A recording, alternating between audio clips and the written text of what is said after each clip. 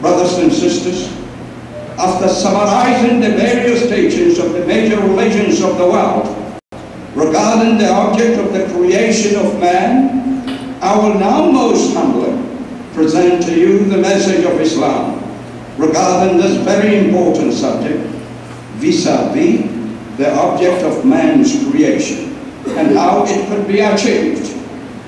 The two Quranic verses which I recited at the very beginning of my deliberations have provided us ample answers to the two questions. Allah, who is the creator of the heavens and the earth and everything that is within and without, says, وَمَا خَلَقْتُ الْجِنَّ وَالْإِنسَ إِلَّا لِيَعْبُدُونَ. Translation: and I have not created the jinn and the men, that is to say, the great and the small, but that they may know me and worship me. Chapter 51, verse 57.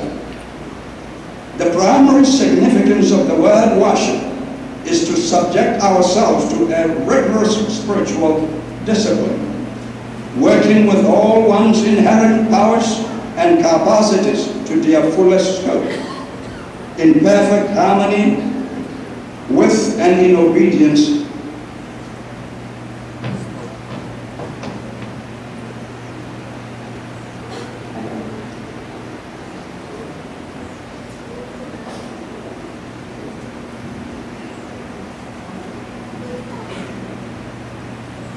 the holy founder of Islam, Hazrat Muhammad Mustafa sallallahu alayhi wa sallam.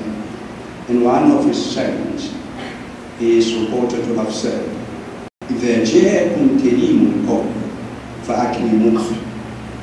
That is to say, when the honorable people or the leaders of a people, they come to you, you should show them so much of respect and honor.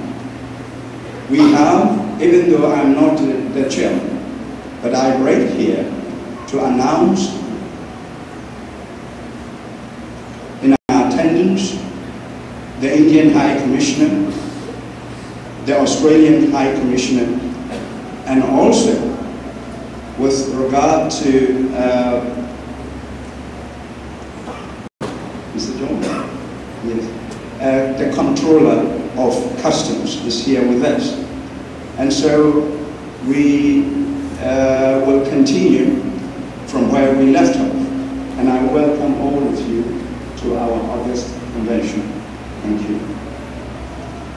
The primary significance of the word worship is to subject ourselves or oneself to the rigorous spiritual discipline, working with all one's inherent powers and capacities to their fullest scope, in perfect harmony with and in obedience to divine commandments, so as to receive God Almighty's interest, and thus be able to assimilate and manifest in ourselves His attributes.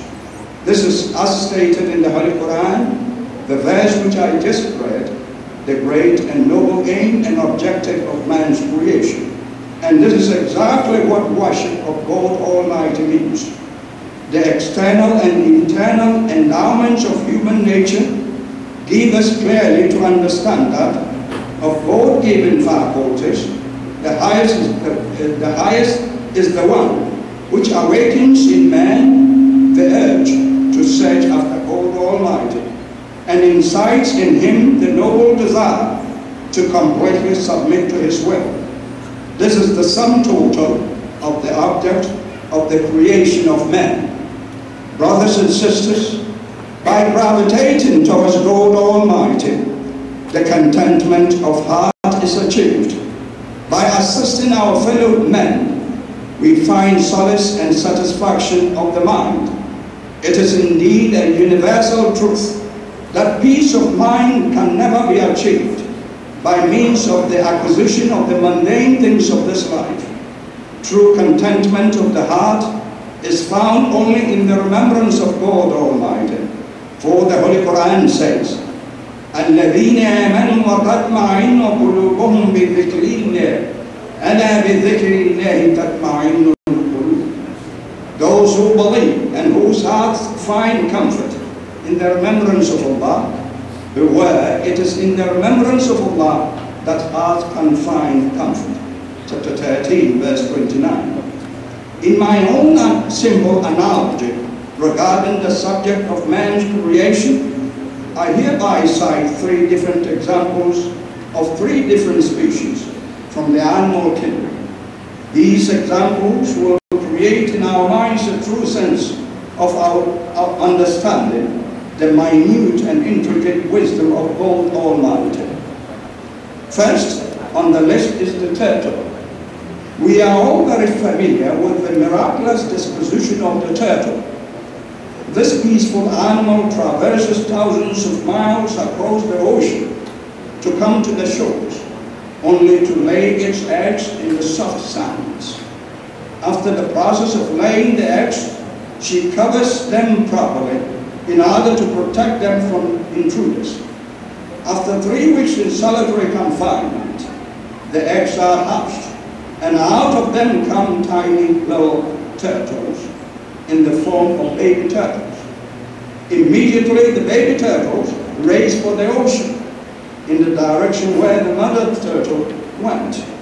Instinctively, these baby turtles do exactly what God Almighty has commanded them to do. Second on the list is the bee. The story of the bee is indeed a very fascinating one.